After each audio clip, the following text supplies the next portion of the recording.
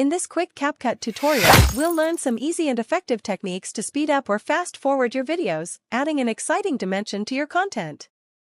Whether you want to speed up your entire video or just fast forward a specific part, just follow these steps. First, open CapCut and create a new project by adding the video you want to edit.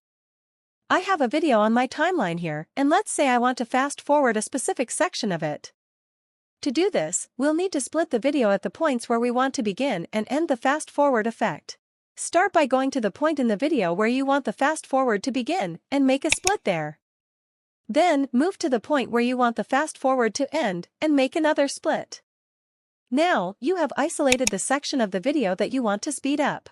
With the section selected, tap on the speed option. Then, click on the normal button, which will bring up a slider. Slide this to the right to choose how much faster you want this part of the video to play.